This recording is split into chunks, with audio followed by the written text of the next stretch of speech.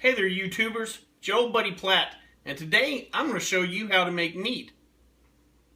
Go!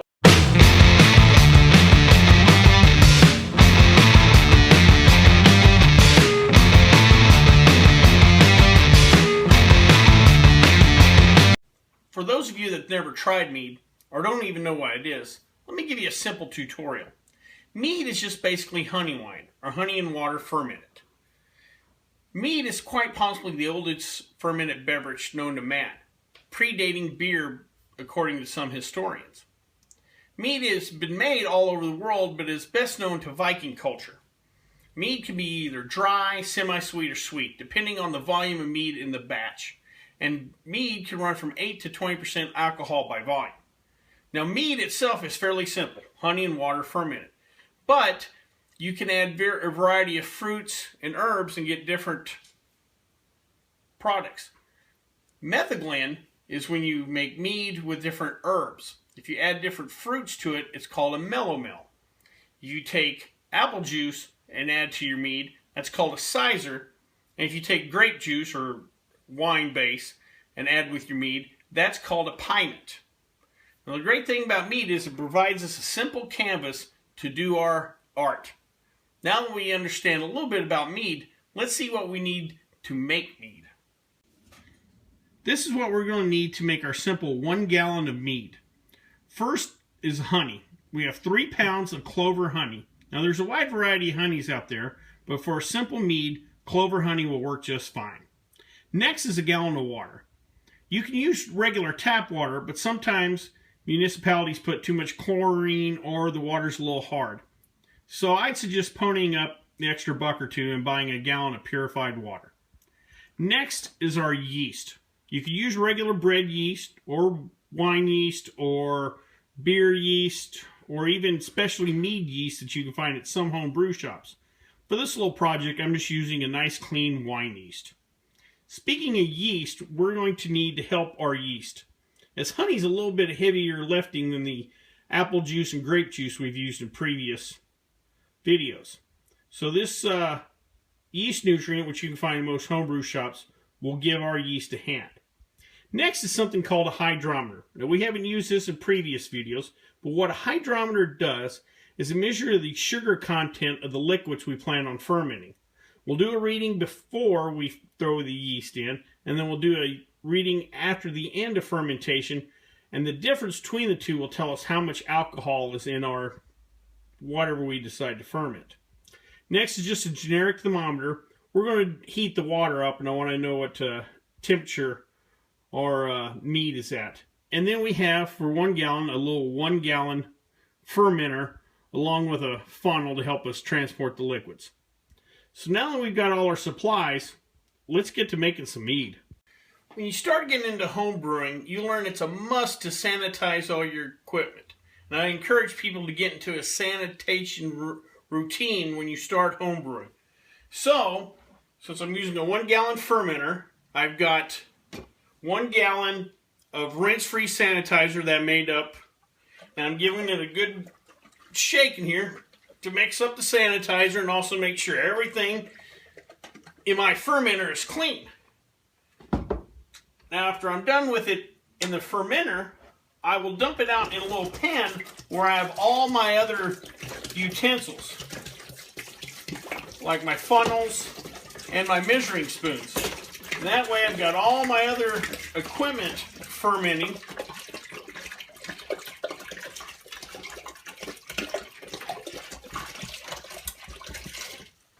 While I allow time for my fermenter to air dry.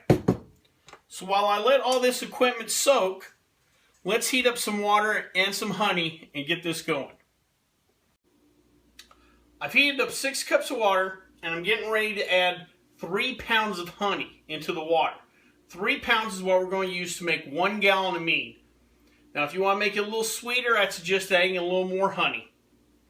Now some home brewers will tell you to boil the water and the honey. And if you have raw honey, I suggest that you do that. But most of the honeys you'll find in stores are pasteurized, so boiling is not necessary.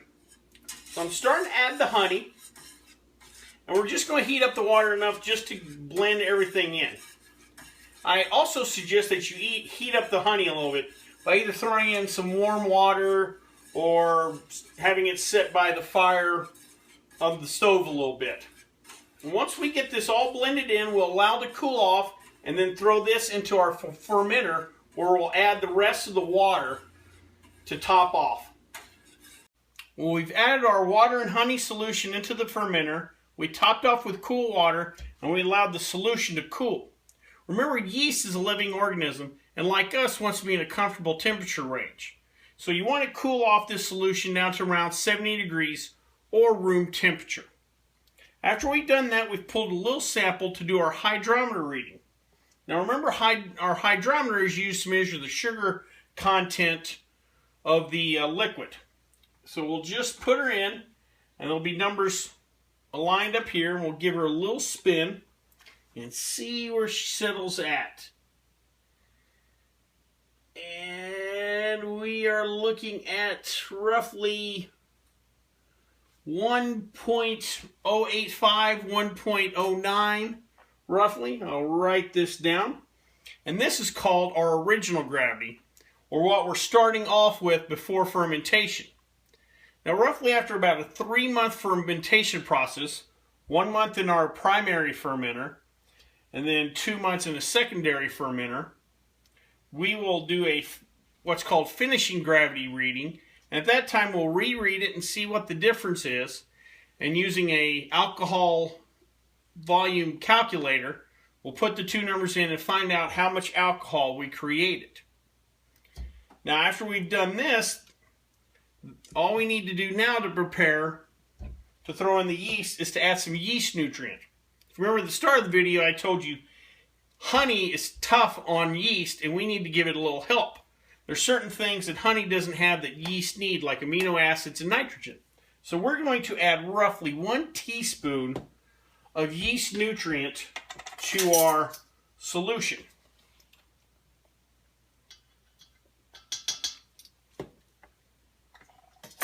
We got that in there. And there's another thing yeast needs is plenty of oxygen. Anything that you ferment, you will want to throw in a little oxygen or oxidize the mix. The best way to do that is to shake it up. We get that yeast nutrient in there, but we also redistribute all the oxygen through there so the yeast has something to work with. Alright, I think that's good. So now all we're going to have to do is we'll throw in our yeast, we'll top off with our airlock, and in the next day or two, the yeast will start to really activate and you'll see the airlock start to bubble. And it'll bubble strong for a good month or so. And then when it starts to slow down, you'll want to transport all this liquid or siphon it off from one fermenter into another. You'll have a lot of yeast and stuff left in the bottom, but you want to transfer all this liquid off of that yeast into a new fermenter. Now in that fermenter, the fermentation will slow down, but you still get air bubbles, you'll still want your airlock on, and it will start to slowly finish the fermentation process over the next 2 months or so. When you get no more bubbles in your airlock, and it appears the fermentation has stopped and everything's settled to the bottom, that's when you'll want a bottle. Now after that, I suggest throwing that mead in the closet or a cool, dry space for another couple of months, up to a year, and then you'll be ready to drink. Mead mellows with age, just like other wines, so I suggest being a little patient and letting this mead age. Now, we'll probably end up trying this after 6 months. Well, I think that's all we have for today, and I hope you liked this video. And if you did, feel free to subscribe down below and leave comments. I'll try my best to get back to you. Well, until next time, bye-bye.